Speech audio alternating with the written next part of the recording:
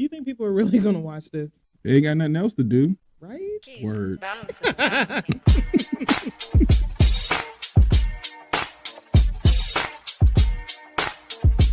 ain't going on social media talking shit about TDS radio. I know that much.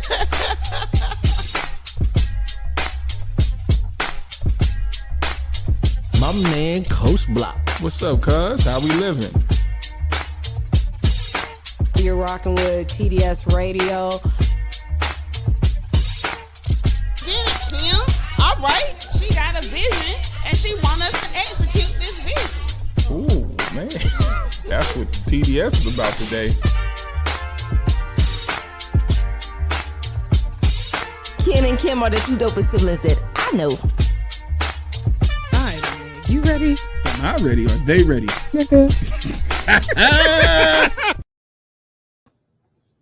What's up? What's up? What's up? It's your man, Coach Block, one half of TDS Radio. And I am here with Your girl so fab. Hey, y'all. So it's snowing like crazy here, and well, no, it's not. That's a lie. It's kind of snowing here in Raleigh, North Carolina, and because of that, everything shuts down. So if I was actually to go outside and show y'all, especially those from Pittsburgh who watch what it looks like out there, you'd be like, are y'all serious? They already canceled school for tomorrow. Yeah, so yeah. So if you tried to get something to eat or anything like that, you are SOL. Yeah, because I mean, they told people to go ahead and get your snacks and everything like that on Monday and Tuesday. Yeah, I didn't listen, so now I'm hungry. So when this is over, I got to figure something out. I didn't listen. That sucks, dude. It does. And then also I look like that. I took a break today.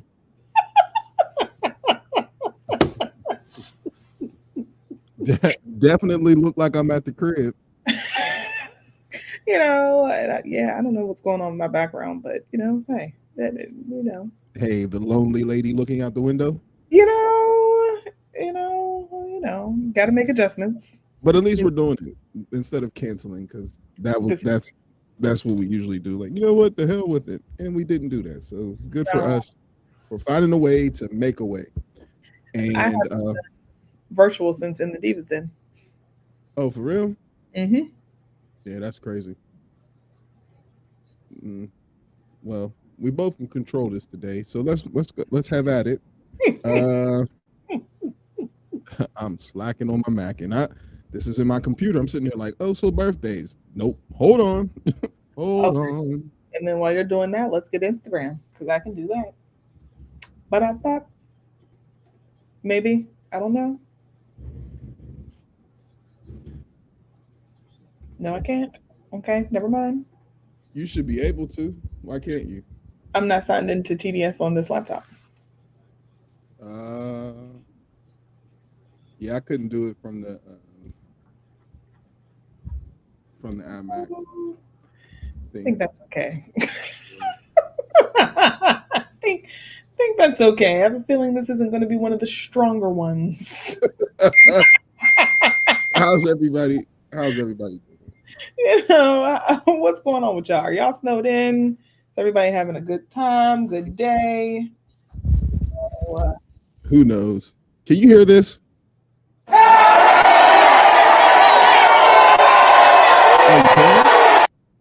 Yes. Oh, my little board. Oh, look, it still does things. It's the first board. I wish I could take a picture of it. This is before we graduated to what we got now. I got this itty bitty little board over here. Super loud, but yeah. Didn't know it. Didn't know. So like,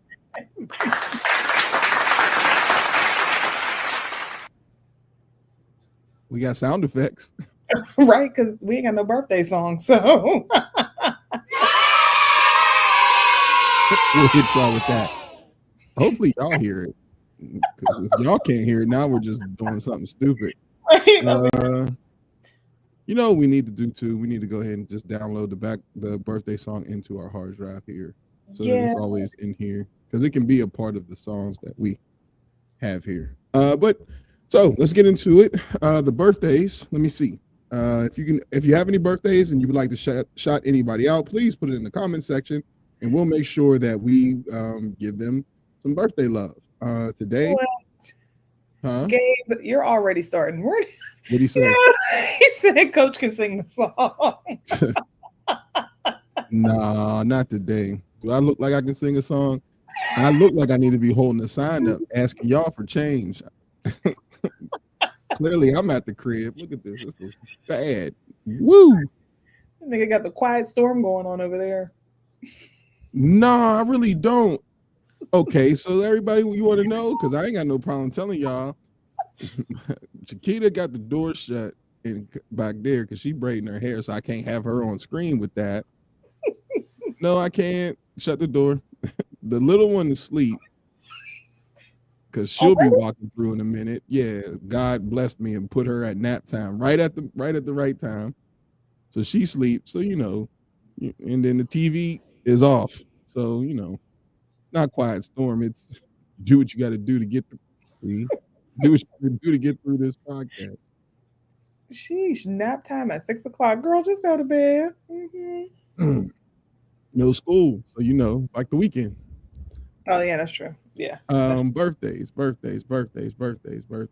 So, a viewer of the show, Ernest Elba, happy birthday. Tammy Barlow, happy birthday. Archie Brenza Jr., one of the football players I used to coach, happy birthday. And that's the only 3 I have for today. I don't think I have any, but shout out to them. Happy birthday. Had no idea it was their birthdays. And we'll still give you the banner. It's not quite it. Again, we need to make a whole thing because we do have like us singing the birthday song with Obi and all that. So we got to get better at that. Yeah. Baby girl about to be on at PS5 all night. Nah, that's not happening. She hints around to it. Daddy, I just love you so much. Get off me. You just want to play PS5. I didn't even realize Mr. Bianchi's birthday was yesterday. Happy birthday, Mr. Bianchi. Happy birthday. We talked about him. I did? I told him happy birthday? Yeah, because we talked about him. Yeah, but I just brought him up just because he was, my teacher. Oh, yeah. Okay. Well, happy birthday, Mr. Bianchi. Yeah. And we don't have the song, but we can give you the graphic. Happy birthday. Yeah. Happy birthday. So continue to live your life in a way that makes every day worth celebrating from the Sibs. And so today, what do we have? You said we have a That's Effed Up. Yeah, so let's go ahead and get into that story because I don't know if you guys have heard anything about it. It has been going viral on social media. It's okay. Her name is Kelly Bryant. She's out of Michigan, 34 years old. But the story has been circulating around Facebook. I didn't know if there was any validity to it or not, but apparently yes, because it's made it to the major news outlets where she abandoned her 3 children in her home without any sort of resources, and she only dropped off food once a week to them. They've been living on their own for 5 years, which now makes them 15, 12, and I can't remember the other girl's age, but the boy is the oldest, and she had two girls, and just going off living her best life, and would literally just drop off like McDonald's and fast food to them and then leave. And the only reason why people had noticed that something was going on, because number one, she wasn't paying her rent. And then 2, there was a smell coming from the house. So they did a wellness check to find the children living in squalor. Like they said, feces was all over the place. Trash was all over the place. There was mold. And they literally had, they weren't able to walk. They weren't taking care of themselves. Obvious neglect. And they said that they were essentially too afraid to leave the house, I guess, because the mother may have been threatening them for whatever reason. Father is not in the picture. So, of course, couldn't contact him.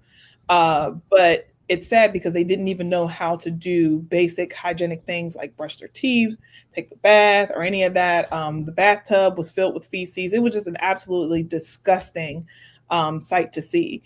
And she has been getting dragged on social media, as she should. They will be pressing charges against her based off of what was happening with the kids, because of course they're seeing it as childhood neglect. But it's just insane that you think that this is acceptable. Like, come on, Miss Ma'am. Like, what's going on here? Yeah, that's bad. What city, state was this in? This was in Michigan. Let me see. I think it was Pontiac, Michigan. Yes, Pontiac, Michigan. And like I said, she just abandoned them for 5 years straight. And where was she living? That we don't know. I have no idea where she was going to, what was going on, because she was just kind of living her best life. There must not be any other family members. And that's the other thing. They were trying to figure out, I guess, like what family to essentially contact, with these children. But yeah, it was bad. It was bad. I was trying to find the pictures, but it's only like kind of video. And I guess maybe the pictures that were circulating on social media, someone may have taken them down. But like I said, it's made it to AP News. It's made it to ABC News. Like, this is now national coverage on this topic. But if y'all seen how this house looked, it absolutely looks insane. Like, it's disgusting. That lady's terrible. And you get this. What are we talking about? Like, just what? That was supposed to be booing, so that was the wrong button. Don't worry about it. Why did I cheer her on? We probably shouldn't do this from home anymore. What is happening? That was supposed to be boos, not cheering. So excuse me for that. And I have another tale for that's effed up, and it's really short. Remember LeVar Ball, the guy who had the 3 sons in the NBA, and he kind of made a spectacle? Yeah, they cut his foot off today. Diabetes? They said unknown, or like a sickness or whatever. They haven't given details, but yeah, they chopped his foot off today. So needless to say, I'm on a fast because I don't want to get my foot chopped off. Nigga. Because I don't want to lose no limbs, man. Every time you think you're safe with diabetes, some weird shit comes up. Like, yeah, they cut LeVar Ball's foot off. I did see that, but I just assumed it was because of diabetes. I don't know. Somebody said it was because he wore his son's terrible shoes, the ones that the triple B's, and he twisted his ankle and they had to cut his foot. We're terrible to each other. You want to know what else is terrible to each other? What else? So we got people watching right now, so I'm asking this question. Oh, you got it. I got a Stanley Cup, and for whatever reason, it won't come in focus. There it is, Stanley. And it's blue. And it has like a clear top. Stanley. All right, it's real. All right. Drinking the water. My sister convinced to telling me yesterday that Stanley Cups are for women. Is this true? Then she showed me like accessories that you can bedazzle the Jones. And meanwhile, I'm out here like, I got one even better for you. Y'all stay right there. Hold on. Are Stanley Cups for women? I didn't know that. Why didn't y'all tell me that before I'm out here drinking out of this Stanley Cup, walking around? I didn't know that they were specifically for women. I can't have my beverage cold. So what, men can't have cold beverages now? We can't use Stanley Cups? It's not about cold beverages. However, I've never seen a man with... What you did today.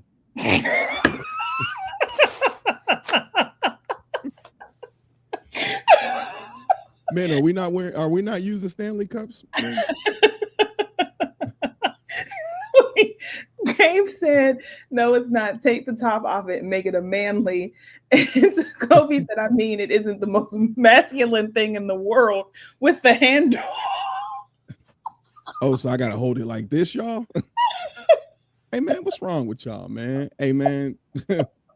So we just supposed to be out here drinking out of Gatorade bottles all the time. Maybe I want my water below zero chilled. Well, the whole thing with Stanley is, of course, it was meant for, construction workers and, people who are in place all day, right? Mm-hmm. But because some woman went viral because she had a Stanley in a car. He got two. I've never seen a guy with a Stanley, but okay. But because a woman went viral because her car caught on fire and the Stanley withheld the flames, right? They started, promoting more to women. So is Stanley for women? No, but now it's becoming more of kind of like a. So I got the wrong one. I got the bedazzled John. I got the one that you supposed to. I didn't know this shit had accessories. Like she said it, like she showed me accessories. It was like the little charms and stuff that go on, and I'm all like at the crib, like, man, I got me a Stanley. All right, Stephanie, with your Stanley. Come on, man.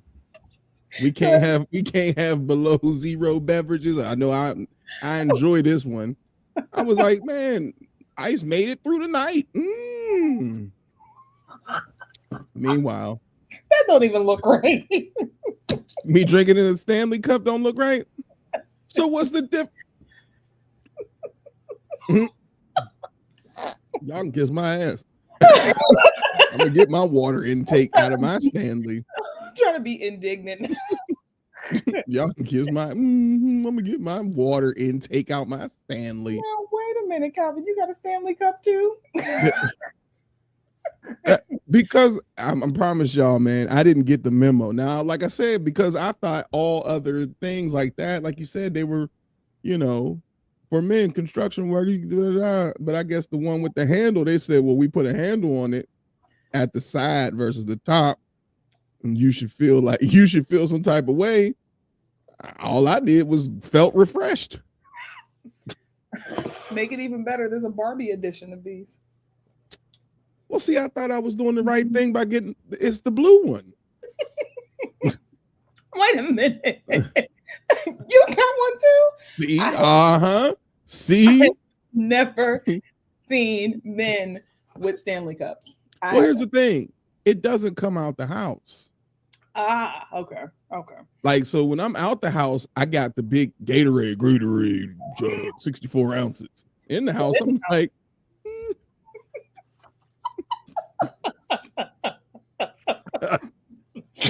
Gatorade, I got the water bottles and all that man shit. In the house. Wait a minute. Water out of a Stanley at 3 a.m. feels like fresh water from an Alaskan. Doesn't it? That's what I'm saying. Like, so I had put the ice in it, and then I had a drink late night on the way to bed, and I was like, you know what? This was rather refreshing because the ice stayed in it. Because the ice don't stay in my Gatorade joints, it melts. Right. So when I was like, oh no, now I see why Chiquita's walking around. But then if I gotta be honest, all hers are feminine colors. Yeah, like mine are gold, and then that one is a lavender. She keep trying to get on TDS radio in the back. Bring your half done head out here. Yes, come on, because you all in the conversation in the background. Come on, Benita Betrayal. Toby said, as a girl that I enjoy my Stanley. I know that's right, y'all. In case that I be out. Well, excuse the hell out of me. I'm sorry, y'all. So, all right. So then it wasn't that bad. Because yesterday, I'm telling you, I was like, oh, I got to retire the Stanley. Because it came with Hey, y'all, they do come with accessories. Now, I never seen nobody put no accessories on a dang cup. Oh, I have. Yeah. Why would we do that?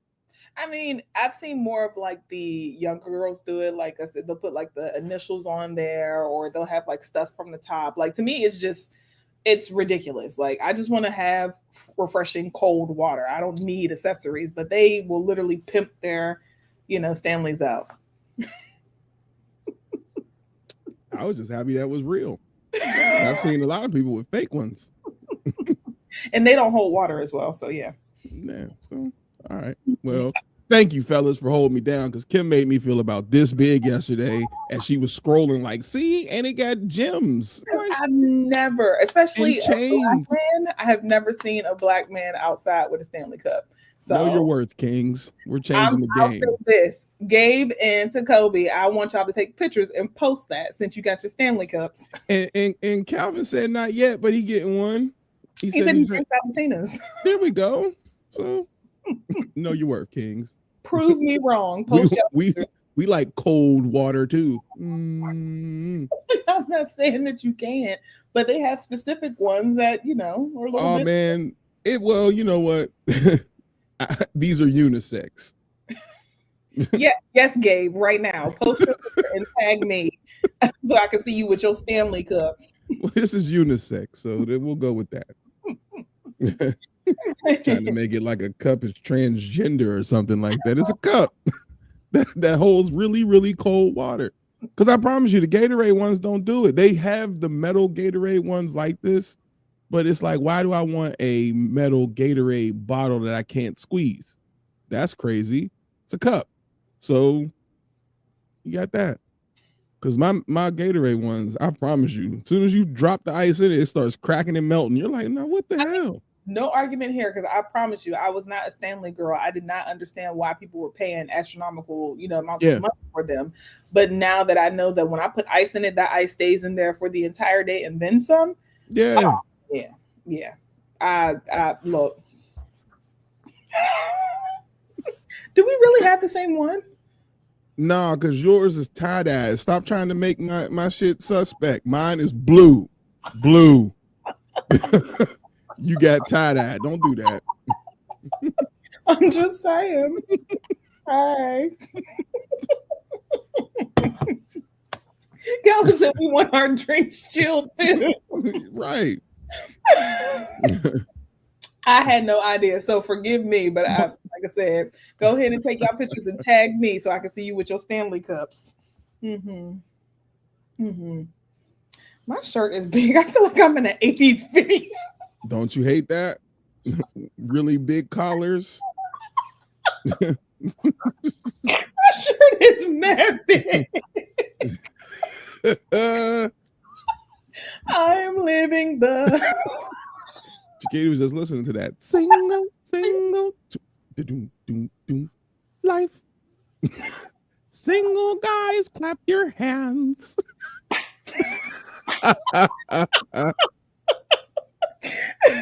This was a choice and I made it. We ain't gonna do this no more. Okay. I know that's right, but and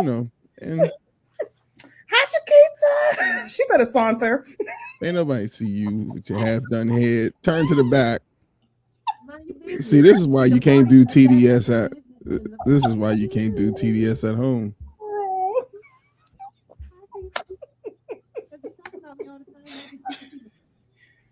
What'd she say? I can't hear her.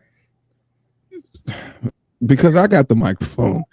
You want me to go? You want to do TDS with her today? You want me to move? You want to do TDS today? See, you thought it was gonna be Yara. It's her. It's Big Yara. See, you like, nah, Yara ain't gonna let you have no peace. Look, wrong one. Big Yara. Do you want to be on TDS radio today? You was giving false information. I don't have a Stanley. Do you want it? I have a hydro jug and a slim. All right. Thank you. Bye, Chiquita.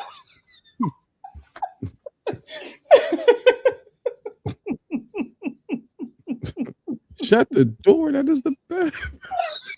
We ain't doing this shit no more.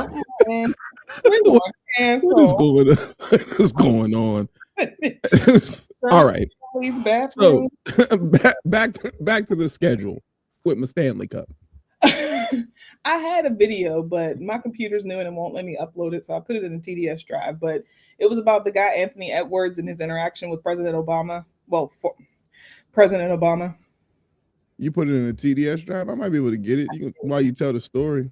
Yes. So it's essentially a clip that has gone viral. I don't know if you guys have heard about the Netflix docuseries called Court of Gold, where they're following around, the Olympic men's basketball team.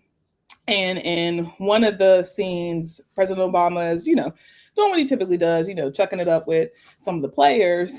And he's like making a joke with Anthony Edwards and, just kind of calling him out like, oh, look at this guy. And what people were having an issue with was how Anthony was addressing President Barack Obama. And they felt like he needed to have a little bit more decorum in his address. And then, there were some people that was like, oh, this is just guy talk. So being as though we have you and your fleet of men and Stanleys, I wanted to see what you guys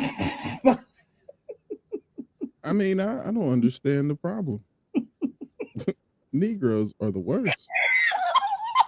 I don't understand why our Stanleys were even brought back up again. I'm trying to find it. I downloaded it, but I can't find it. How long is it? It's really the interactions in the first couple of seconds of the video, so you don't have to play the entire thing. Yeah, it's not working. Oh, what? Why isn't it working?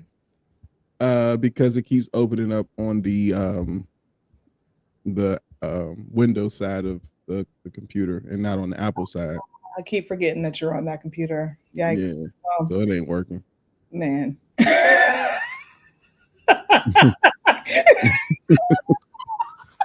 Whatever. You can't put it on your hard drive and upload it? I can't, but it's one of those things where I can't share my screen because, oh, wait, hold on. Maybe I can do this.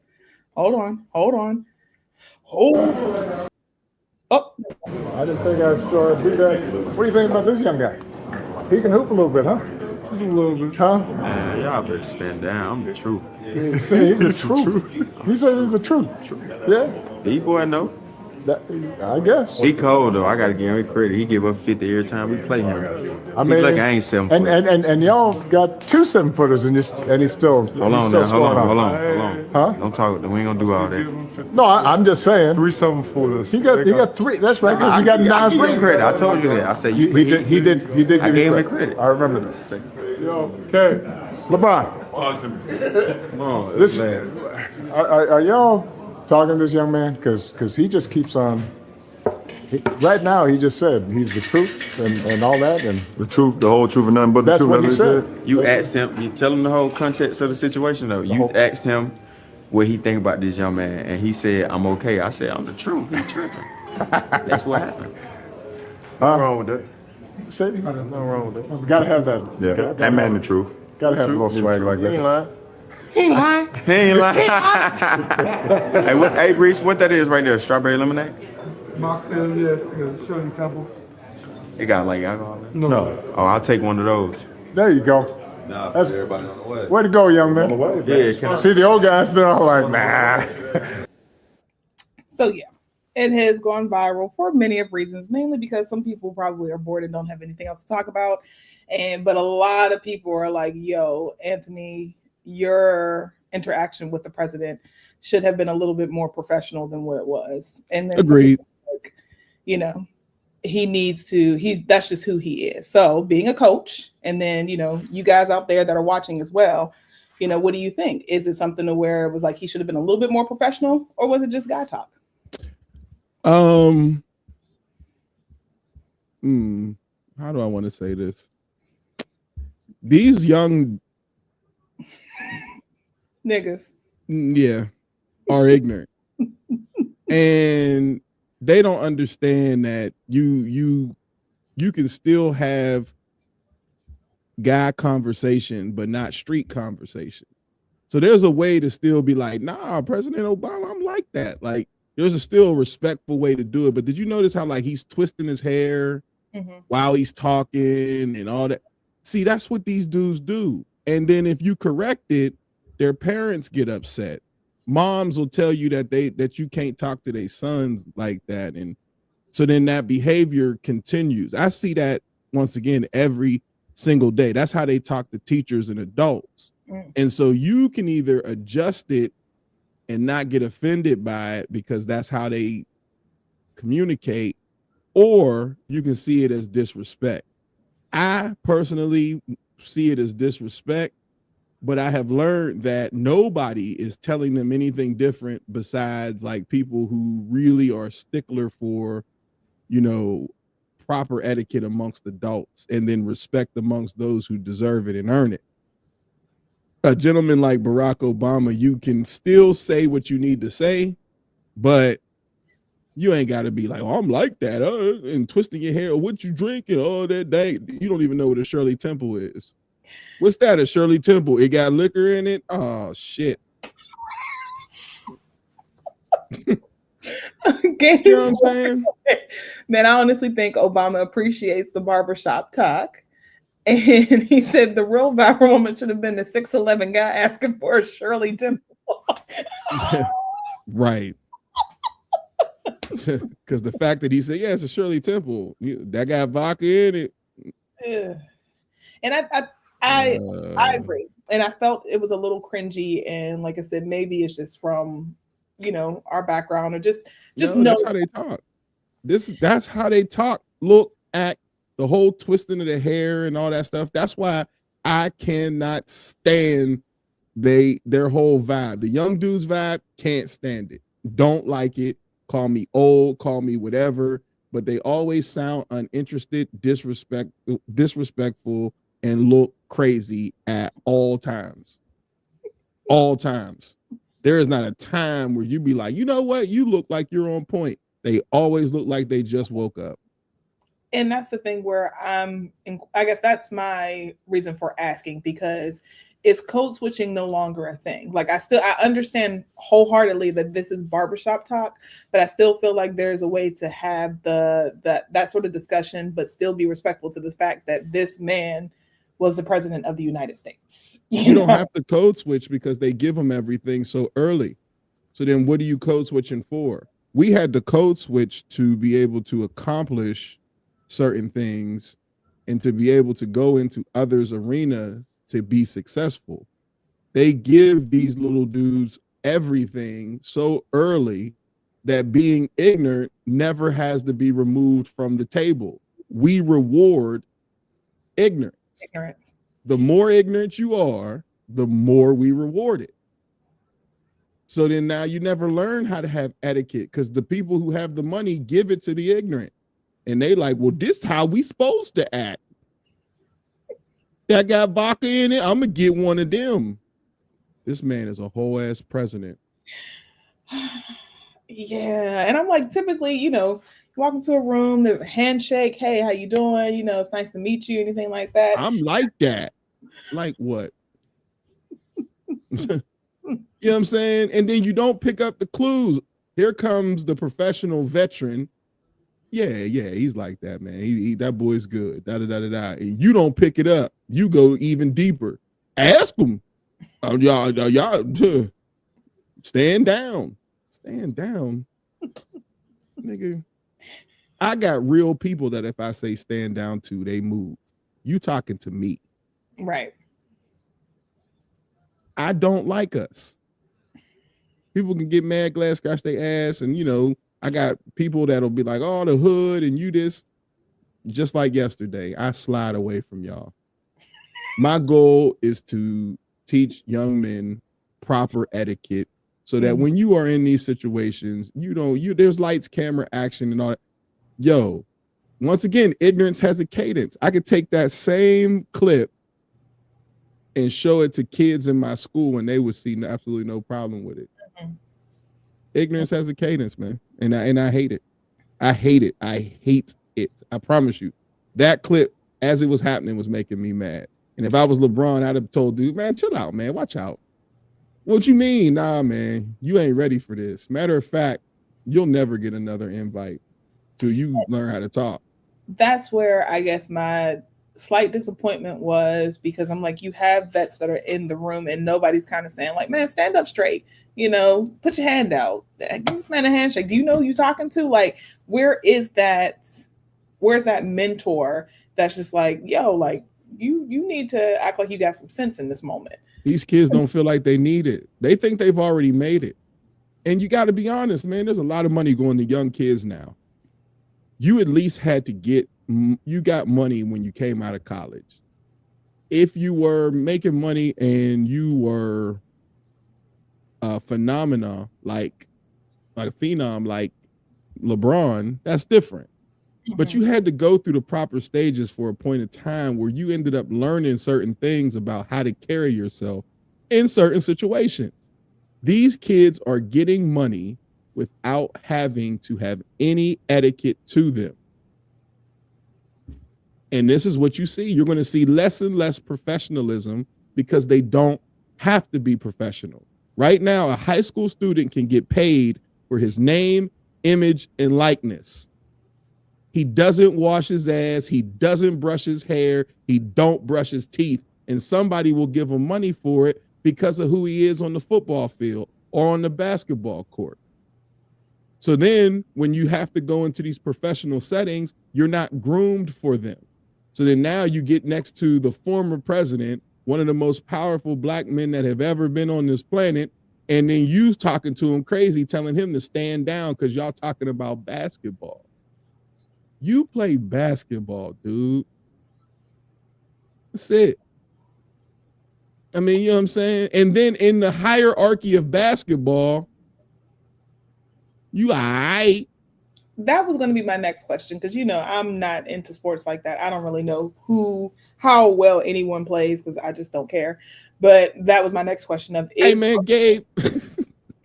Gabe, again. You slid away from your boy and they beat his braids to Meek Mill mode. That's foul, coach. You could have called 911. Once again, there was no cell phones. This was 1998, bruh. I hadn't had no cell phone. And to be fair, this wasn't your friend, right? It was someone he just lived in the same court.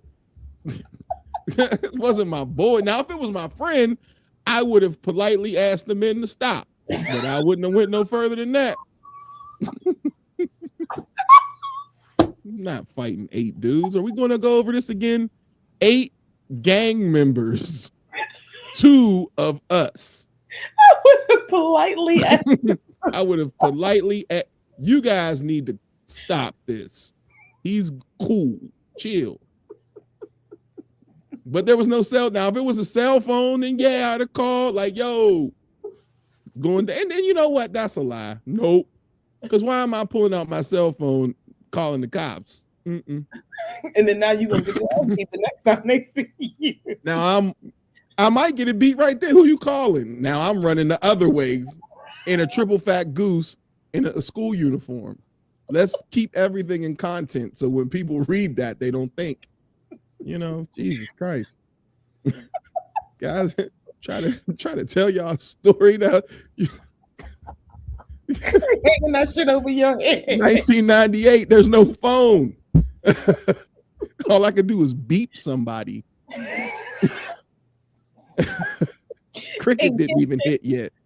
Given the fact that you told us the story prior to this whole incident happened, then yeah, I probably wouldn't have helped them either. Because nigga. No. That's what I'm saying. Like these and like I said, these young dudes, man, they don't have no etiquette to them, man. They are like it's just wild to me. Like I said, and as long as they're getting paid for the ignorance and nobody's correcting them, and like when we were talking before, and we were talking about kids failing. There was a time when in school, girls didn't really like the dumb kids. Right. Now it's hot to be dumb, ashy, nappy, pants tight, ass out. The tighter the pants, the better. The nappier the hair, the better. They think it's cute. Gross. So you get rewarded for looking wild. So when you tell a boy right now, hey man, you need to cut your hair, get you some waves, get a tight little fade, taper fade, something like that. Nah, the girls will clown me. They'll call me bald. But look how you look. Yeah. They would rather do that than actually have a nice cut. And they'll pay $40 for a temp fade and a temp and back fade. $40. And then get a little sprayed on hairline so it's straight. And then use a sponge. I promise y'all, I was arguing this for years. I seen it happening. Me and Chiquita got into an argument about it because I kept saying like these dudes are not combing their hair and we need to not act like it's okay. So when I got my football team, you either cut your hair off or you comb it. But we're not going to just walk around without our hair looking right. And the moment that those young men that I was responsible for cut their hair, they immediately got a different response from people in the school, and they kept it that way. Now, the ones that had their dreads and they had grown it long, like before they became a part of the team, you still had to get your cut, your line up, and keep your dreads fresh. If not, they had to go. Because why are we out here looking like we're on Carolina mugshots? And like I said, that takes me back to my question of, I understand that people are getting paid for, their name, image, and likeness and stuff like that. But there's nothing inside you that when you are seeing someone of a certain, certain level, and you're saying like, okay, well, I would like to dress like that. I want to look like that because I want to feel better about myself. Like you see yourself in a room with very important people, who are taking pride in their appearance. And you don't think like, I feel a little out of place. Like, let me try to get myself together and take some pride in my appearance. Like that never crosses your mind at all. Nah, because the tone is set early. I can go to school with Crocs, pajamas, and a blanket, and nobody ever corrects it. So then you just continue to grow up, and nobody ever corrects it. How old is Anthony? Do you know? Anthony Edwards, he can't be no older than like 23, 24. Okay, that makes sense. Let me see. That's what I'm saying. He's very close to them. So with that being said, I that's why I said I don't like these little young dudes, man. How old is he? He's 23. That's what I'm saying. He's young. Mm-hmm. These young dudes are wild, man. Yeah. And like I said, it's disappointing because I would want, and I was hoping in that moment that at least his teammates would be like, yo, like have some respect. You know who you talking to, like that whole banter or just like, that whole moment of checking, someone where is that? Like, I would be so embarrassed standing next to him. You can even tell like some of the laughs were a little uncomfortable, but there's no way. There's no way. Ain't no way. There's no way. I can't even understand you. Speak up. Like, what the hell are you saying right now? Come on. Let's not do this. That's how they talk. And you can either try to mentor them against it, or you become one of the old dudes who try to talk like them, and that's the worst. Because there is no that you try to hold a standard, and then you get old heads that be like, man, y'all be capping. We had our time too, yeah, but we also knew when to straighten up. We did. Like those are the same niggas on social media and on dating profiles talking about show me your titties. They're terrible. I don't know how we got there, but okay. They are. Those are the same guys that literally, you don't know how to talk to anybody. You don't know how to be presentable. So you just say outlandish things and hope that they work. That's crazy work. Okay. That's so what else do we have? So I have our messy letter that we did not get a chance to get to. Okay, let's get to it.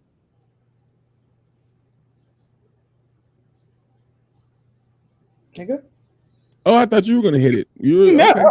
Okay. And we have messy letter. Nigga. Man, we got access to the same buttons, man. But you click that's fucked up. So you might as well go ahead and click messy letter.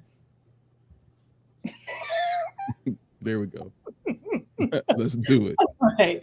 Is this toxic or enlightened? My boyfriend of 4 years suddenly decided he reached enlightenment and he wanted to do a calculated breakup where he would date other people but promise to get back together at the end of it. He was a virgin when we met, and I was his first kiss and everything. He had decided this right when I started complaining about wanting to commit and marry. He had been expressing how he felt like he had missed out on experiencing other women, and that made him not want to commit. As you can imagine, it was devastating for me, so I just ended things, but he kept acting like we were together. It's been 8 months, and he has already been with 3 other women and currently dating 2, but he continues to call me baby and talk with me regularly. I tried dating a guy, but he discouraged it, saying that the guy is a bad influence and has caused so much drama with the guy that he will barely speak to me. Meanwhile, I'm supportive of the women he dates, but it hurts me to hear all the fun he's having with them. Tonight, I asked him about it, and he reassured me that he will be he will still be together after he is done going through the girls. No, oh, I'm sorry. He reassured me that we will still be together after he is done going through all the girls. I am just so disgusted with him, and I feel this is toxic. But when I say that he gives long explanations for why it's conscious dating, because he missed out on dating and sleeping with other women and can't commit to me until he experiences that. Oh, he's 46 and I'm 34. What should I do?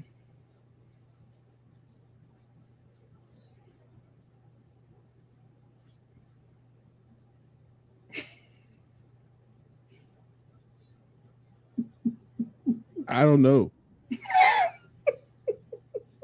I mean, I'm going to be honest. I don't know what you do. You're 34 years old and you can't see what's happening here. Right. I don't know the advice that I would have to give you is not going to be like pleasant advice. You're too old to say you're being groomed. Clearly you enjoy the sex. Mm-hmm. So you just refuse to move on, and you've accepted the fact that you're sharing this man with other people. Long explanations don't mean anything. They're just excuses of why you're doing what you're doing. The bottom line is you just enjoy the physical, and you think having some of him is better than having none of him. So at 46 years old, if you're telling me that this man has decided that he wants to date because he missed out on something at 46, I am 43. I am telling you now at 43 years old, you are not missing out anything in the dating world. The dating world is gross. So he's just not a mature person. He wants to continue to have his cake and eat it too, which he is. He's been with 8 different women since then, or 3 different women? No, it's been 8 months, and he has been with 3 other women and currently dating 2. Correct. That's what I'm saying. Like, so he's just that type of dude. Now, the question is, are you going to sit around and wait for this? Why would you do that? You guys have 12 years in between each other. You're 34 years old, a lot of life to live. Maybe you want to move on, have kids, all that other stuff. He's 46 years old. I'm not saying it's over for him, but you have more years behind you than you do ahead of you at 46. So what are we talking about? Like, no 46-year-old man is operating in this space and being able to tell you that when I'm done, I'll be ready for you and I'll be able to, have you in all. That's all manipulation. Like, I don't understand that. I just don't. Right. And at 34 years old, I would hope that you are mature enough to really understand that you're making excuses for yourself because you want to enjoy, the physical part. Because what else is he providing you? Right. You know what I mean? And then if you are enjoying the physical part, then just say that and protect yourself and just know where you stand. But don't sit there and try to act like, oh, am I wrong for not wanting a relationship? Are you, as a man in his mid 40s, heading into his mid 40s, I'm telling you now, that is not normal behavior of somebody who's looking for commitment. No, it's not. First of all, I don't even believe the whole virgin thing. Like, I don't believe that at all. He's just using him. Yeah. Yeah, no. He's just using this as an excuse to, cheat and, like you said, have his cake and eat it too. Because when you guys first met, you were 30, he was 42, still too damn old for all of this. And, of course, he's going to tell you things because he's trying to manipulate you. He wants to have you in his, back pocket, but he still wants to be able to go around and do what it is that he wants to do. And he created this whole sob story surrounding around his life to get you to believe it because you were somewhat young and somewhat impressionable. Because, at 30, I would think that you would have some sense to know that something isn't right here. Because like you said, that's a huge age gap between the two of you. Mm-hmm. And at some point, the red flags were literally blazing and waving in your face, and you decided to ignore them because any man that's coming to you at 42 years old that claims to be a virgin and you're his first kiss and first this and first that, that is enough for me to be like, I'm good. Then after 4 years, when you bring up the fact that you want to commit to him, now all of a sudden it's like, well, I want to, spread my seed and I want to go out and date. Nigga, you should have did that in your 20s. You're too old for that. Go and have a seat. And there's no way possible that you, in your mind, at 34 years old, my good sis, that you think that this behavior is normal. And it's not normal because you're saying that you're disgusted and you're toxic. So why write the letter? Just end things and block this nigga because he is weird. Super weird. And I'm not going to, as I sit down and you talk, I'm not going to knock the brother if that's the lifestyle you want to live. You know what I'm saying? Like, I'm not going to shame you for that, because if that's what you want to live and you're not fully committed to anybody, knock yourself out, just protect yourself so that, nobody gets hurt. Don't believe the lie, though. See what's happening in front of you and don't believe the lie, because that's ridiculous.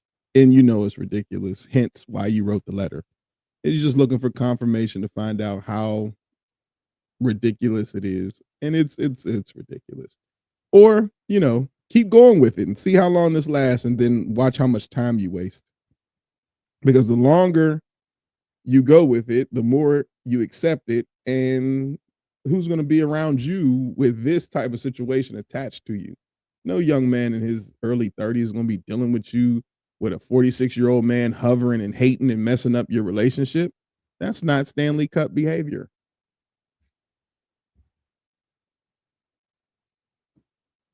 Uh-oh, we lost Kim. What happened? Kim got to come back. Oh, I see Dr. Jans, but how come we lost Kim? Hold on one second. I see Dr. Jans. We lost Kim.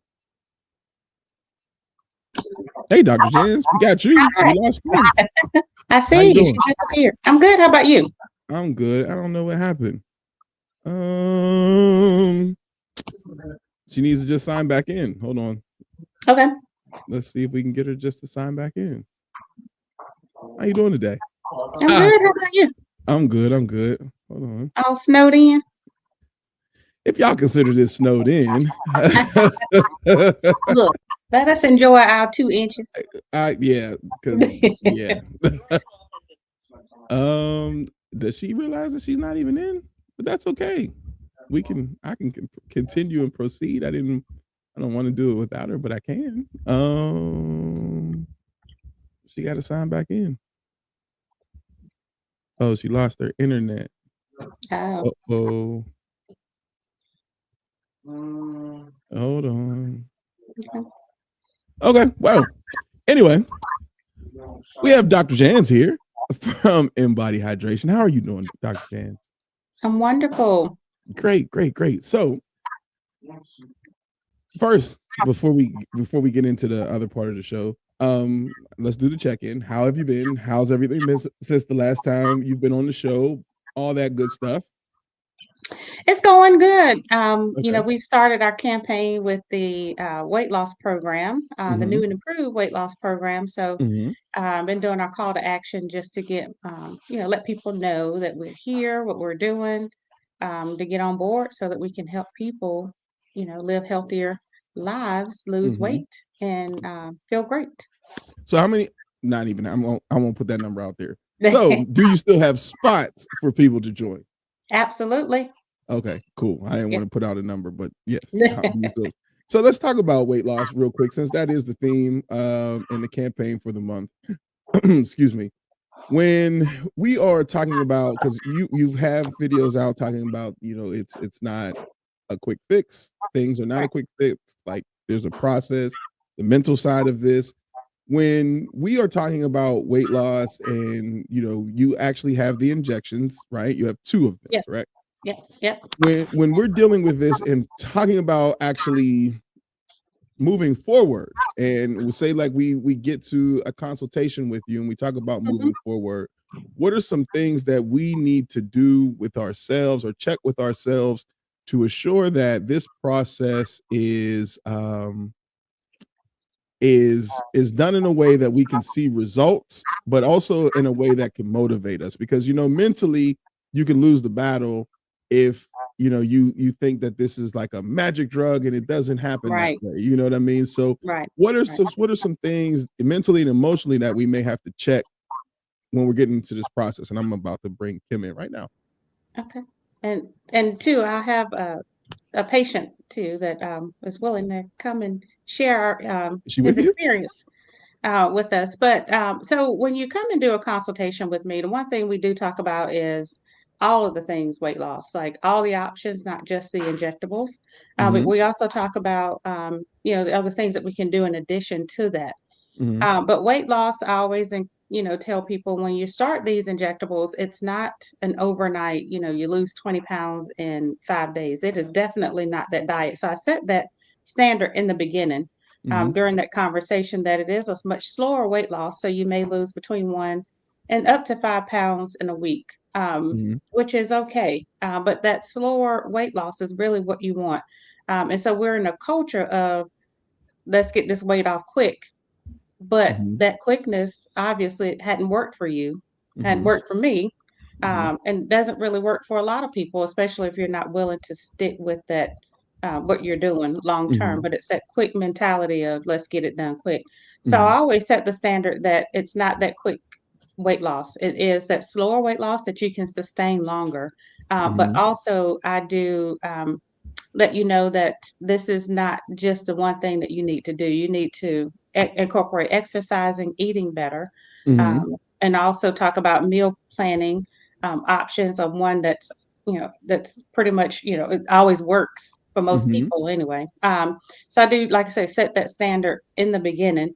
And then I always encourage them and let them know, listen, you're not doing this alone. I'm here with you. I'm right along with you doing the same thing. And so just trying to paint that picture in the beginning. I think it's important. And then with the new program, it comes with a monthly check-in. So it's still having that accountability piece. But I always tell people, if you have questions, of course, don't feel like you're out there by yourself because you're not. Right. And so that's why we created the Embodied Transformation Tribe Facebook group that's exclusive just for the weight loss patients, because that's another added piece that will allow them to not feel like they're on this island alone, trying to lose weight, trying to figure it out. But you have that community, you have where you can get meal plans for the week. At least, you don't have to follow it to a T, but at least it's a guide to help you be successful along the way. And so, and then of course, that other piece to that, the weight loss program is the 10-week healthy living guide that gives you all the things. It allows you to journal. There's a food list in there. You can also meal prep for the week, make your meal plan, and then keep yourself like measurements, your weight. So you're able to keep all of that into one little book. But it also gives you things and tips that will help you along the way, like stress level, hydration, caffeine, foods, exercising. So it's a really complete guide to help along the journey of weight loss. And so that's a part of that new weight loss program. But like I say, I set the standard up front to say, hey, let this not be a one thing that you just do. But also, let's start this a little slow. So let's start with the injections, and then let's incorporate, drinking more water. Let's incorporate the next thing. When it comes to exercise, you don't have to go out and purchase a gym membership per se. If you want, that is fine. I don't push that. But I do have like people, member gyms that I can refer, say, hey, go to this because I know this person. But incorporate something, especially when it comes to affordability, walking, parking a little bit further. So kind of stair stepping what you're doing in your program to kind of help guide you along the way, and not trying to do everything up front because it's stressful. And then it messes with your mental status, your mental health, because you're stressed out trying to worry about, I need to do this, I need to eat this, how many calories, so it's a lot of things that go into play. And so I just try to encourage one thing at a time, and that way you're generally going to be more successful in the end. Cool. And it looks like your guest is here. Yes. A gentleman by the name of Steve. So we're going to bring Steve in so that we can continue the conversation with Brother Steve. All right. What's up, sir? How you doing? I'm great. How about yourself? I'm doing well. I'm doing well. I'm sorry, my phone too loud, so I can get the feedback. I'm doing great this evening. How about yourself? Good. Nice to meet you. So you are currently getting the injections, or have you been on the injections or the shots or any of that, or what services do I'm you have? doing the injections, Mm-hmm. and I've been doing them, I want to say, since 2023, a little off and on. I started once I finished up my last surgery. So just to kind of give you where I'm with that, 2020, I had that car accident where I was hit in the rear. So I've had 5 surgeries since 2020 up to 2023, August of 2023. Mm-hmm. So with that, I put on a lot of weight. I put on about 35 pounds, I think. A lot had to do with the medication I was taking. And on top of that, I'm a diabetic. Mm-hmm. So the diabetes, I am diet controlled only. So, but with the meds, it throws all your numbers off. It throws your sugar numbers levels off, your A1C. And when I had my surgery in August of 2023, they weigh you before you go into surgery. And I was at 240, which is a lot for me because coming up in school, I was 195 at the most. Okay. But putting on that 35 pounds, man, it was really hard. Not sleeping well, and I really didn't have much of an appetite. But just because of the meds, the steroids, of course, it makes you want to eat constantly. But with that, after the surgery, I was like, well, once I come off these meds, I need to do something to lose weight. It happened to me a while back. I had an incident at work where I messed my knee up and I was out of work for 2 years, and I put on that weight. So I knew how it felt, and I didn't want to go back to that. I didn't like the way it made me feel. So getting with Dr. Jans, with Doc, I told her, say, listen, once I finish up with these meds, I get released. And I think it was like late December going into January when I actually just stopped taking the meds. Because again, it was just making me feel awful. When your A1C, for those, if you don't know, when your A1C is high and your blood sugar level is high, you have no energy, you want to sleep all the time, you feel tired all the time. So with this, hearing about it and listening to the other clients, patients, I guess you want to say, and understanding what they were going through and knowing what I was dealing with. And it was important for me to bring that weight back down, not just for the health reasons being a diabetic, but just for overall wellness, trying to get back to some normalcy after the accident. Cervical fusion and 4 shoulder surgeries takes a lot of you. So I don't really get to exercise. So I'm trying to figure out how I was going to lose the weight. So this was a plus.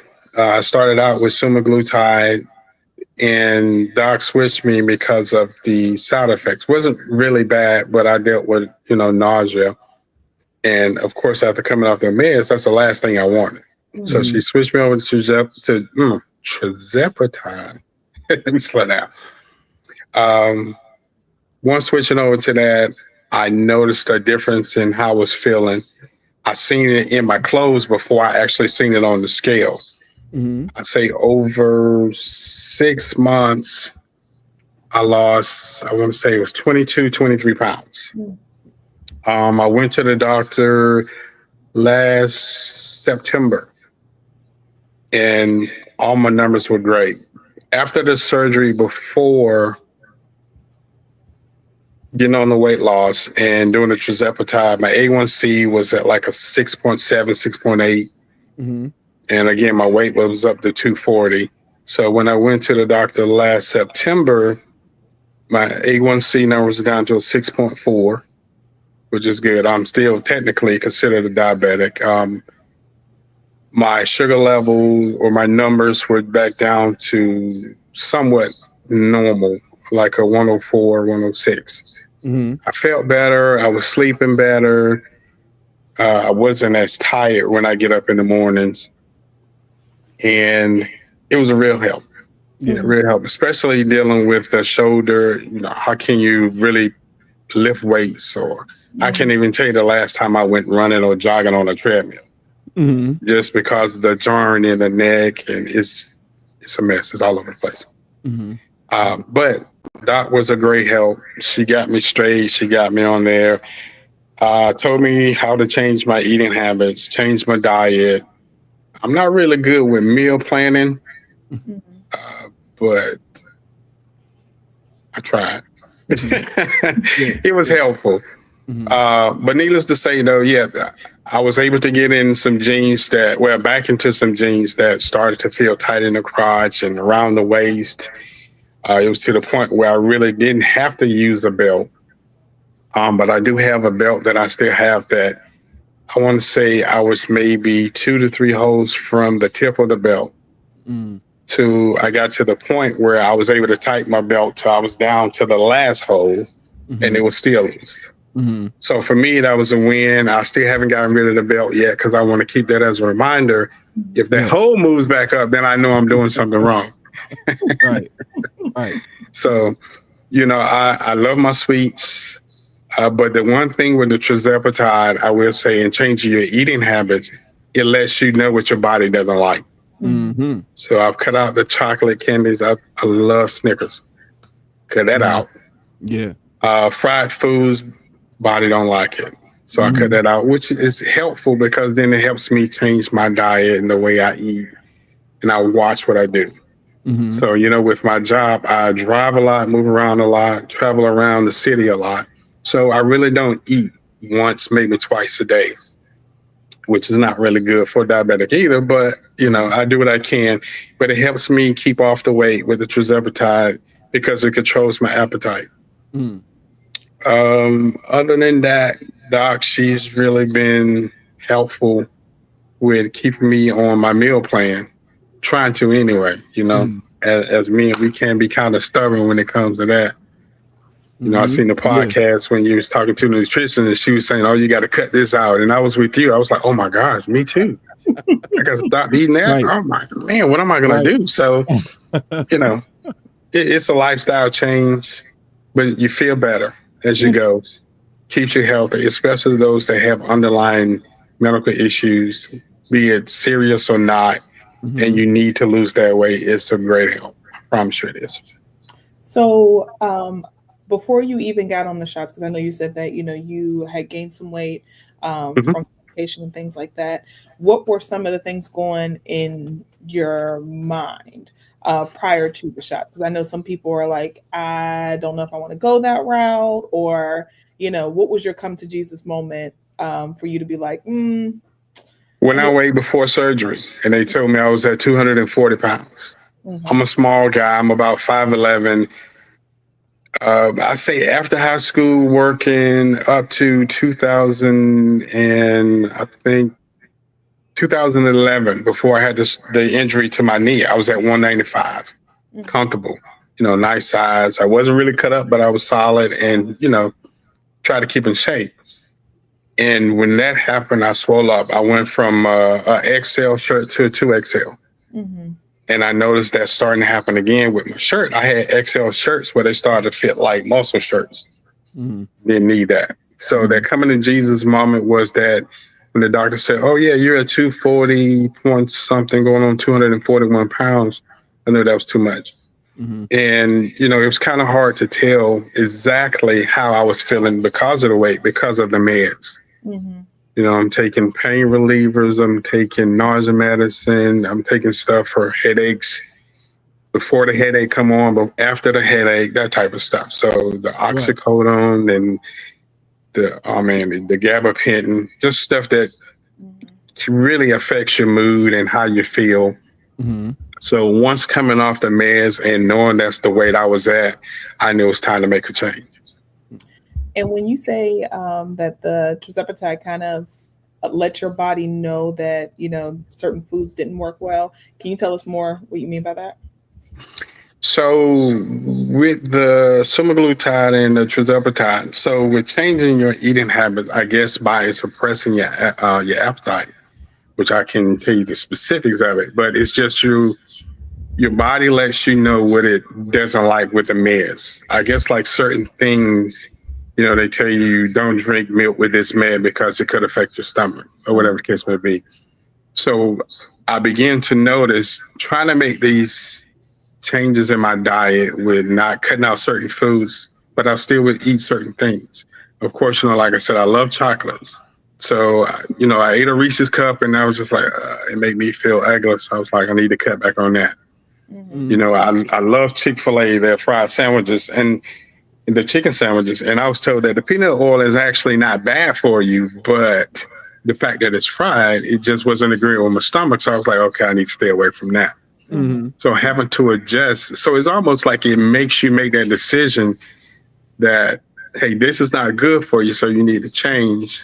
And having that as as a catalyst, so to speak, to let me know I don't like it. You might not want to eat that. Find something else.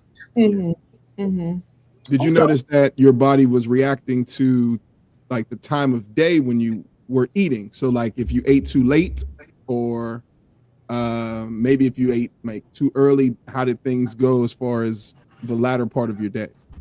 So for me, I've never really been a big breakfast person, but I would eat a little something or maybe drink like a protein shake just to get rid of the hunger, and I was good. Didn't really have to worry about it. During the day, if I'm in the office, they'd be like, hey, what are we eating for lunch? I'm like, I really don't have an appetite. So they're like, you're not going to eat today? I'm like, yeah, I might eat later on, and I might eat on my way home around 5:30, 6 o'clock. So around 8:30, 9 o'clock, I'm really not hungry.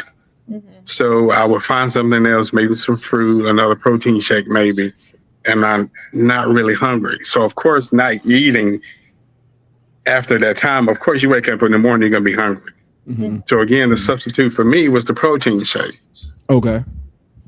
And then Dr. Jan's question for you, because there are people who, are diabetics on the medication.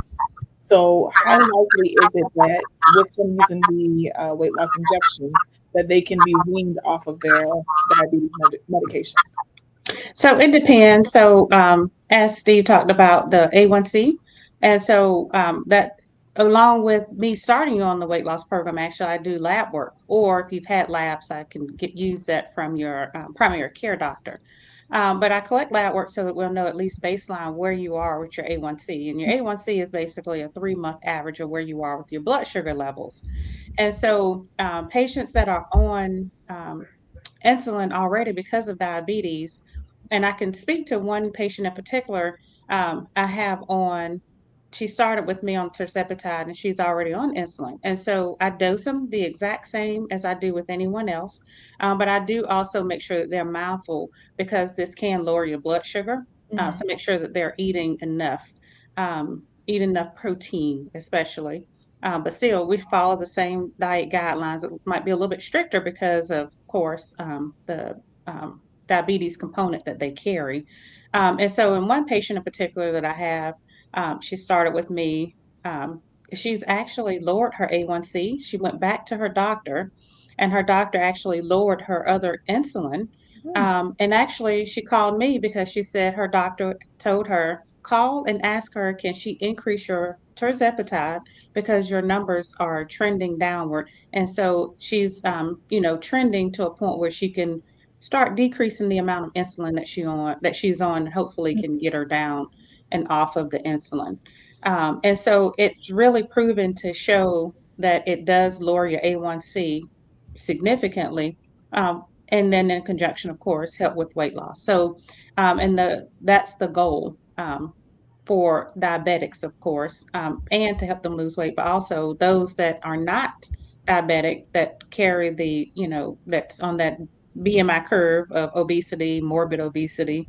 It works the same way, of course, with them, but also it trends to help your A1C level still. But the added benefit is you're losing weight.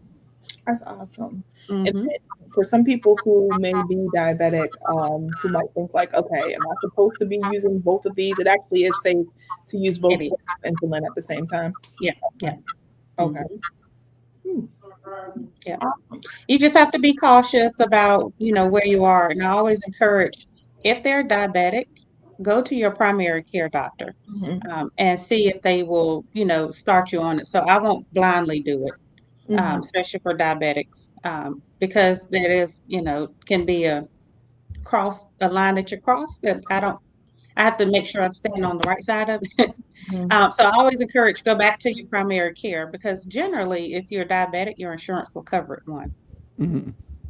But this lady chose to go with me because we had an extensive conversation. I sent her back to her primary care, and to say, hey, see if they can get you on this, to get your numbers down, but also to help you lose weight. And so after a few weeks, she did go back, but she decided I would just want to come with you. And I said, okay, as long as your primary care is aware, and she's aware. Are there any side effects that would alert you to say, or to somebody who may start, that would alert you to say, maybe we need to back up and reconsider? So are there things that you need to pay attention to in your body that may not, that may reject the shot? Yep, absolutely. So one, abdominal pain can be a thing, especially on the left, pancreatitis, or, I can share with Steve, he actually had developed some abdominal pain. And so we stopped his shots until, we got further testing to make sure that, it wasn't pancreatitis, or any issue of that nature. And so one thing that I always do, I'm very informative. And so before you actually get on the medicine, of course, we talk about side effects, but I also have a consent form that goes over every side effect, possible side effect that you can experience. And if you experience those, you need to let me know. And so they are reading that and they're signing it. And so I make sure I try to go over as well, abdominal pain, nausea, vomiting. Those are common side effects, but if they're experiencing abdominal pain, I want to know more about where the pain is, is associated with nausea, vomiting. When was your last bowel movement? Because these medicine can slow your digestive system. And so because of that, people get constipated. Some people can experience diarrhea, indigestion. And so, I tell them to try other treatments like a probiotic with it, something like an acid reducer, to see if that helped, but stop it for a little bit and see if it goes away. And then maybe lower the dose. So it just really depends on the patient, what's going on with them, and how, kind of which way I need to treat. And then, Dr. James, can you speak to this whole thing of, and I hear it all the time, people keep saying like Ozempic face or Ozempic neck. What does that mean? So because Ozempic, these medicines they help you lose weight, but they also can help you lose lean muscle mass. And so people kind of get that like agey, saggy looking skin because they're not eating enough protein, they're not doing enough exercising. And so that's why I always push and encourage that, because, and I specifically mentioned, make sure you're increasing your protein because it can help with the lean muscle mass. And so by people just doing the shots and not doing anything else, you start to kind of get that saggy looking skin, face, where your muscle tone is kind of diminished per se, because you're not doing anything along with the shots. That makes sense. That makes a lot of sense. Okay. And if I may say, I'm sorry. No, it's just saying, I never even heard of that, Kim. I'm like, what? Ozempic face? Yeah, it was a big thing. Yeah. Didn't. So when I had the issue with the stomach, and she told me to go back to the doctor, so I went. And it was interesting because she told me it was actually inflammation. So what happens is when you don't eat enough, or you're not eating enough of the right foods, then your body have a tendency to feed off the fat that it has in its body, which causes the inflammation. So that's the reason I was having the problems in the stomach, and not realizing I wasn't eating enough, and then again, I don't really have an appetite. So sometimes I have to remind myself that I need to eat because I'm like, man, did I eat today? And so, I get something to eat. So it really is helpful. Right now, I think last time I weighed, I was down 221 holding because I came off a while because of the stomach issues, but I'm still holding at 221, 222. So it's really a help. The numbers or the glucose numbers is still good. Usually when I check, and I don't always check it like I'm supposed to. So, but we ain't gonna talk about that because Doc get on me about that too. But things are going well. Like I said, the fact that it's helping me hold down, and then trying to figure out how I can get back in shape, I guess, or work out. Nothing strenuous, but just to help build back that muscle mass that I have noticed that I've lost a little. But again, it's kind of hard due to bad shoulder and the neck issue. Right now, if you don't know, I'm like fused from level C2 to C6. So none of that moves anymore. So it's really hard, dealing with the headaches and sometimes the stiffness. But, I can deal with that because losing the weight, I sleep better, the energy is better. I got 2 boys and they think they can handle me, but now, they know better now. Even with the bad shoulder, they know to stay on one side of me. So. So then, Dr. Vance, speaking to some of the, some of the, I guess, like pre-existing conditions that people may have. Like I know some people essentially suffer from sleep apnea. And if someone is suffering from sleep apnea due to weight, is it possible for their doctor to prescribe injections, or would it still be dependent upon other factors? So it would really depend on their insurance. That's the biggest thing. And that's the issue that we're facing now, is that insurance typically doesn't cover. There are still some that will. If you're diabetic, generally you can. Now, most will start you out on Ozempic or Wegovy. But you have, of course, the option of your Zepbound, Mounjaro. And so that's the big issue is insurance. So with sleep apnea, though, that's a whole separate risk in itself. Weight loss definitely can help improve sleep apnea, but it just really too depends on patient makeup, neck size. So it's a lot of other factors that play into that. And so I even patients that I see that are on that have a diagnosis of sleep apnea, I do encourage, yes, you can get on this. But again, I always say, check with your insurance and see if they'll cover it. If not, then of course, we'll get you on it.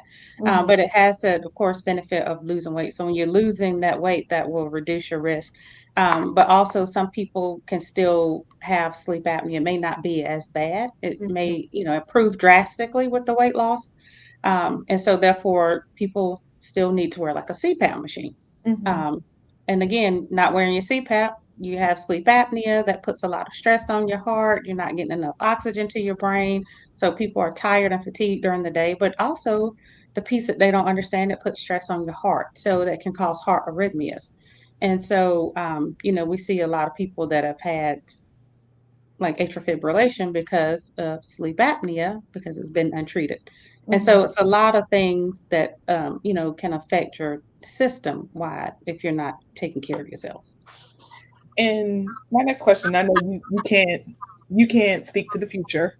We can only hope, but it seems like these weight loss drugs essentially do help with a lot of pre-existing conditions.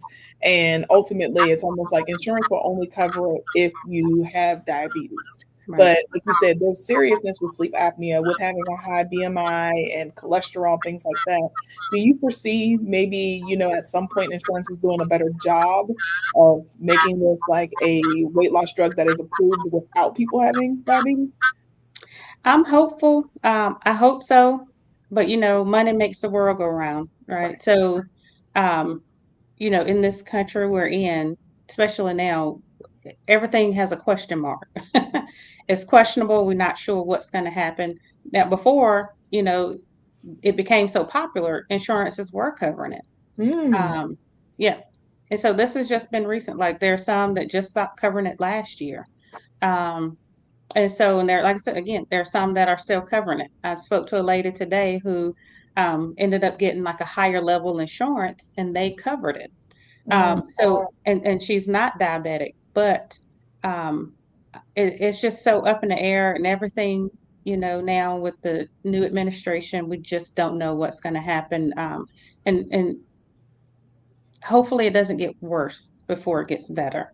I know there are companies that are taking like sugary drinks and sugar-filled stuff out of places, options for people, but you still walk and see candy bars, and not a protein shake or a protein bar or the other options, and you're still not offering healthcare or coverage to cover these medicines. So I don't know I don't see anytime soon that this will change, unfortunately. And my other question is, I know, Steve, he was talking about how at one point he was on injections, then he kind of came off and then decided to come back on. Is it safe? Is it okay for someone to say, I want to stop and maybe wait some time and come back on? Like, does anything fluctuate in your body at all? Yep. So, so what he talked about, I started him out on semaglutide that had B12 in it. And the side effects was just a little bit too much. And so I switched him over eventually. I took him off for a little bit, gave him a break, just so his body can kind of get back to, some normalcy. And then started him on tirzepatide. And so when he developed the abdominal pain, we stopped it for a while. No negative effects, honestly. The most you have to just really be cognizant of people that have to take a pause for whatever reason is you're eating, making sure you're not eating crazy. So depending on how long you've been off of it, determines like what dose I start you back on. So if you've been off of it for 6 weeks, then I won't start you back at the beginning, but I won't start you back where you were before either. And so it's kind of a gradual increase to get you back to where you are. So it just really depends on what's going on, where they are in the, the stream of their journey, so that we can kind of, and it's really dependent on the person, and I tailor it to each person. With you saying tailoring it to each person, my next question may be hard to answer, but maybe not. Yeah. If you experience someone who is kind of like on the fence, where they're a little uncertain, yeah, what would be the thing that you would tell them to assure them, like, take a shot? You know what I mean? Not, and I don't mean like take a shot, like take the actual injection, but Yeah. take a chance. Take a chance. Yeah. Yes. Yeah. So what would be the thing that you would say to get someone off the fence? So I want to know why you're on the fence. What's the concern? Is it the cost? Is it the injection? Is it the side effects? Because we can address all that, right? We have a couple of options. So I do really want to understand, like, why are you on the fence, and what have you on the fence? What is that issue that got you that you can't cross over? And maybe it's just you need a little bit more time, a little bit more information, another conversation. And so those people you just have to be patient with, because injections are scary. Medicines can be scary. You just don't know how you're going to react to it. I can never tell you. I can tell you the common things that happen, but I can't say specifically this is what's going to happen. Specifically, this is how much you're going to lose. Specifically, this, you can't do that. And so a lot of people are a little bit nervous about it, understandably so. And so my job is to make sure your questions are answered, and that you're comfortable with whatever decision there is. And even people that are on the fence, that still have some reservation, I'll say, let's start with the B12 shot, or my Slim Thick, which has a fat burner component to it, to see how you do with that. Just to kind of get them, a little bit more engaged and, feeling better, because once you feel good, I don't want that feeling to go away, right? Right, So right. keep going to something else. And it's really about building that trust too. Okay. And Steve, I got a question for you. Because social media will have you feel as if you only see ladies doing this, right? You only see the women that are doing the shot and things like that. So then can you speak to a fella that might be like, hey, I don't know, man, and I don't see the ladies on the talking about this on social media and all that, and they don't necessarily look at it as the health benefits as you discussed. They just look at it and see that women are trying to take the shot so they can lose weight and none of the other stuff. So speak to it like as your advice from another brother who may be looking to do this as well. It's interesting you asked that because I had an associate that actually has started. And I seen him, I was like, oh, so you started. And I could really tell a big difference in his size. I could tell he started to slim down. Mm-hmm. He started because he liked food. And I was like, man, that's like, you give up the healthy part for the food. But, it is to each to his own. But for the fellas, man, my thing is it has a lot of other benefits, especially if you're struggling with weight. You work all the time. You've had injuries. I know a lot of guys that had sports injuries. They put on their weight and it's hard to get off just because of those injuries. So they can't really work out like they used to. They can't get out and run or they don't walk. They're just not motivated to. I would say with the losing other weight, it has a lot of benefits to it. For us men, it really does help your libido. It gives you that extra drive. So you feel better. If you're not sleeping well because of your weight, like she was talking about with sleep apnea, you may not have been diagnosed with it, but if you have issues breathing, you're waking up tight, that could be one of the things. But I know personally that weight has a lot to do with it. So if you're struggling with that and you need that help, this help get you over that hill, so to speak. So it's just one of those things you have to do something. Men, we are bad with going to the doctor, and we don't really tell people, hey, I need some help losing weight, because we figure we can do it on our own.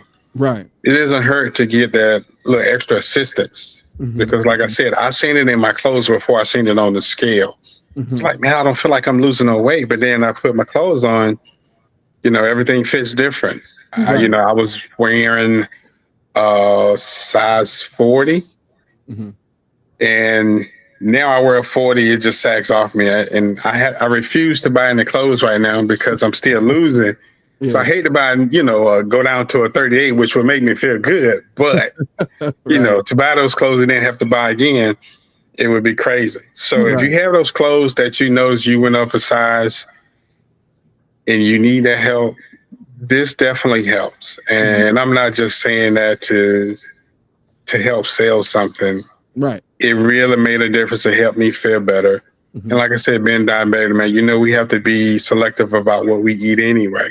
And this helps. My biggest problem is not eating enough. But then when I did eat, I wasn't eating the right stuff. Right. So, if you are having that issue as the guys, man, listen, it's worth it. Your health is worth it. I'm sure your family feel like you're worth it. And I hate to sound cliche, but what do you have to lose other than weight? Right. Good answer. And Dr. James, I want to ask you about some of the side effects. We know that some can be like nausea, heartburn, things like that. What are some things that hurt if a person is experiencing nausea or heartburn? What can they do to alleviate that while they're on the injection so they don't have to stop? Yeah. So for a lot of patients, I do offer Zofran, which is anti-nausea tablet. You just throw it under your tongue and it dissolves, and really it works in like 15 minutes. So semaglutide is known to have more side effects than tirzepatide. You can still have side effects on tirzepatide. And so I give those and I tell them take it. Generally, those side effects, though, is like the first 24 hours after your injection. Usually it doesn't last for days on end. What you eat can cause that. But some more natural things is eating smaller amounts, drinking more water, because sometimes if you're dehydrated and you're not eating enough, your blood sugar is low, it can make you feel nauseous.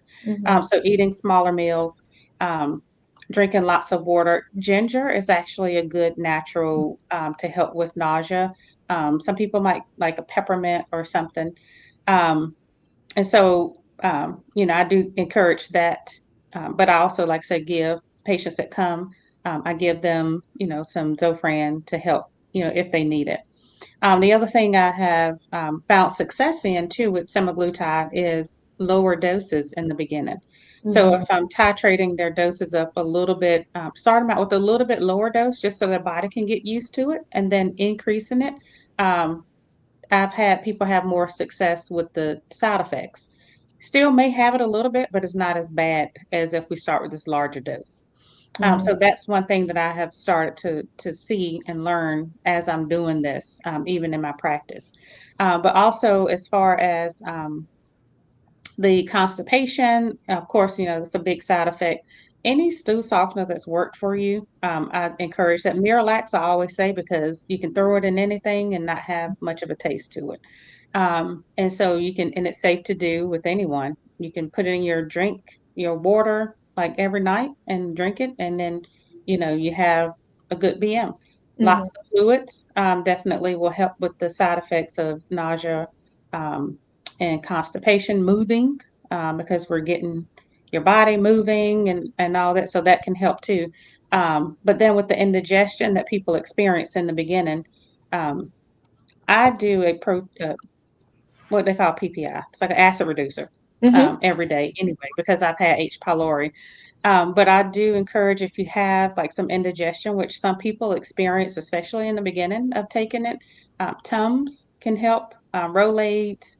You can still do like the Prilosec or Pepcid.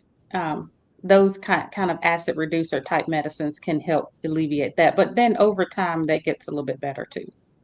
So you have a question also. Does the trizipatide adversely affect moods? It can. When they did the clinical studies on the manufactured drug, and I say quotes because that's what the study they did on, but there is a piece in there that talked about mood. It can affect people's mood. So it's important to understand people's history. And so depression, anxiety, like suicidal ideation, if that increases while you're on it, you need to let the doctor know so that we can take you off of it, because of course that can be a side effect of it. It can be rare, but it has occurred for people. So it's just really all too about making sure you have a good history on patients. And there are actually people that cannot be on it. Type 1 diabetics, it's not recommended for, it's not prescribed for them. Although I have heard that people are on it because it really helps lower the A1C, and that's the big issue that they have.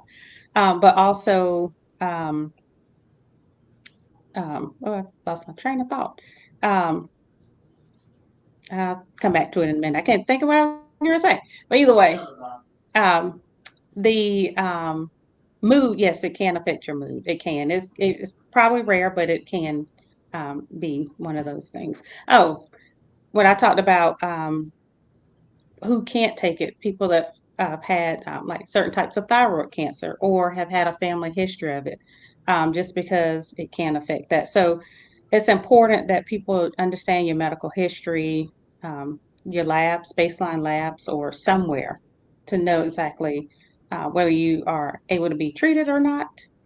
But even if we do treat you, watch out for those symptoms or side effects. Are there any medications that cannot be combined with the injection? There are some, a few that are absolute no-nos. I would have to look at the list, but generally people that are on it, you can be on it and have other medicines too. You just have to watch. Sometimes the potency may not be as great on it. But there's like a kind of like, may interact with certain medicines, but nothing that would be harmful, I would say. Yeah, and there's a list, especially when you go to the website for Wegovy. Okay. Awesome. Okay. And I guess we pretty much wrapped up everything. I'm like, geez, all right, flying through it. But I do want to highlight once again your membership program, because I do know that some people oftentimes won't move forward with injections because it's like, well, man, my insurance won't cover it, so I can't afford it. But what we really want people to understand is that the cost of what it would be for, for your practice and your office is far more affordable than what it would be if they were just to go to their pharmacy. And given as though that the cap on, drugs have been risen, it would be even more expensive than what it was a couple months ago. Absolutely. Yeah, it's actually pretty mind-boggling, the cost that I've heard. I've had someone tell me that the Wegovy that was prescribed by their doctor was about $1,000 for 4 doses. And I was like, well, I can get you more than that, more months for that cost. And that's why I revamped the weight loss program, because it's important for me, and it's important that I help the community get this weight off so that we can be our best and healthier selves. Mounjaro actually, or Zepbound, the cost is even greater per 4-week supply. And so it's actually, the prices are astronomical. Exactly. And when you think about investing in your health, it should be a no-brainer, because the thing of when you do your breakdown, and I want people to understand that when you do go to Dr. Jan, it's a very transparent conversation of, what the dosage is going to be, how long you're going to be on it before you move to the next stage, how much it's going to be. But the price that you're getting is for the entire month, which means that you're going to get, for at least 4 injections, depending on how much of the medication that you're injecting yourself with. But if you're going to invest in, perfume, purse, shoes, things like that, you can invest in your health. You can 1,000%, invest in your health and make sure that you're taking the steps necessary to get this weight off, to get healthy, and also prepare your body now, because summer bodies are made in the winter and not in the summertime. So let's start making these changes now, and don't wait until it's too late. Yeah, absolutely. And like you say, I am very transparent, and I tell people this is a no, don't come in feeling, ashamed. Listen, I'm meeting you right here where you are, because that was me. And this is why I'm doing what I do. Absolutely. And I think it's important for people to know that, that, the reason why you do this is because you have a strong connection. Like you said, you've been in this place where you've battled with your weight, and a lot of us have. Up and down, even like Steve said, where you're starting to realize that, look, like I'm no longer at my ideal weight. We got to make some changes here. Especially when I looked at my chart and it says obese woman or morbid obese. And I'm like, I ain't that big. But, according to the BMI, I am. And my doctor even called out like my blood pressure. My blood pressure is usually like 128, less than 130. And I went to the doctor and it's like 120. Usually it's like 109 to 117 or something. And I went to the doctor and she was like, your blood pressure is going up. And I'm thinking like, well, I'm still in good range because it's 128. But when you look back and you see how I was trending, my blood pressure is scaling up to the point where I don't need it to. And we have a lot, as African Americans, you have your family history, your genetics, things that you can change and things that you can't change. And so let's work on the things that we can change, because it's time to break that cycle. It's time to live better and healthier lives. Don't walk around being cute when you are slowly killing yourself on the inside. Hello. Let's be cute inside and out. Hello, and let's talk about that Uber driver that was out here talking about, oh, I'm just a little big bone. No, girl, you're fine. Okay.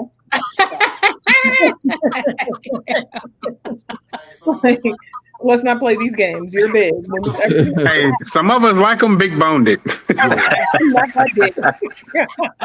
So, and for those that, my doctor just recently put me on the Mounjaro shot. Is that how you say it? Mounjaro or whatever?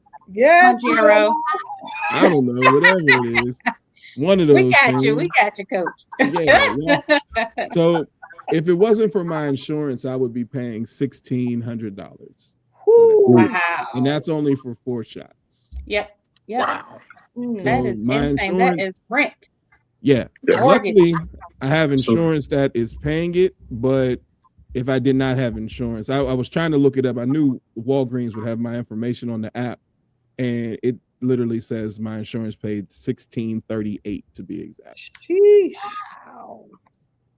So Wow. if you don't get it from your insurance, then just know that that's the prices that you're looking at. Right. And you know what? Another thing for the guys, especially those that work out, before you walk in the gym, old saying, and I don't know if they still hold by it now, but check your ego at the door. Yeah. It's about longevity and being there for your family. Absolutely. Absolutely. Yeah. Why did I call And it don't, and you know, Nigero, and I though? want to encourage people, don't be afraid to take these, you know, to come and get help, because sometimes we need help, and it's not to be ashamed. You see a lot of people that are doing things, and you know, a lot of people are on these shots and they won't tell you, and that's okay. And that's okay. But also know that you have to do what you have to do for your health, because nobody's going to take care of you like you take care of you. So don't worry about naysayers and what. No, do what you got to do to take care of you. Exactly. And I'm glad that you mentioned that, because there is a lot of stigma behind people being on the injection. And a lot of that is from social media. But like you said, there's a lot of people on these injections, and that's okay. There's nothing wrong with that. Nothing at all. You know, I mean, I have felt so amazing being able to get this weight off, because otherwise, after my hysterectomy, I gained probably about 15 pounds. I was at 234 pounds. I've never been that size, even after having 3 boys that are like 8 and 9 pounds. Never. And so this has definitely been a game changer for me. And that's why I really want to help people, you know.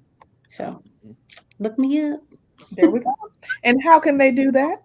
They can find me here on social media. So Facebook at embodyhydration.com, Instagram at embodyhydration. You can also go to my website, newly designed, at www.embodyhydration.com. Schedule your weight loss consultation. We can do it in person or virtual. So, boom. Look at there. And Steve, thank you for coming in and talking and actually representing the bros doing this, because you know that's absolutely, man, absolutely.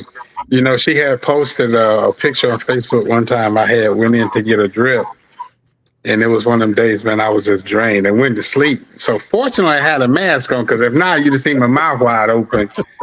But you know, guys were like, "Hey, man, you doing that for real? Does it really work?" Like, it helps me. Yeah. All I can say is try it. If it don't work for you, then you know what works for you and what don't. Right. But I will say, you know, with losing the weight, man, it's helped me a lot. It really has. You hear it. Get on it. Yes, sir. So we want to thank everybody for joining in on today's show. It is 8:00. And for those who are here in North Carolina, please be safe tonight. If you're out there on the road and you got to go to work and things like that, and also be safe in the morning, because the temperature is dropping. So everything is going to be ice in a little bit. And I don't know, Kim, are we doing virtual again tomorrow? We may, but we will let you guys know. Okay. So yeah, we will let you guys know. And then Dr. Jans will be back with us again next month. But please make sure you follow and see all the information that she has on the social media, and make sure you get in contact with her. And yeah, that's it. So this is TDS Radio. Go ahead. Hey, no, I was gonna say, man, next time you gotta change that hat you got on your head, though. We can't be having all this. Steve. So this is TDS Radio. Our voice, our culture. We'll see you tomorrow.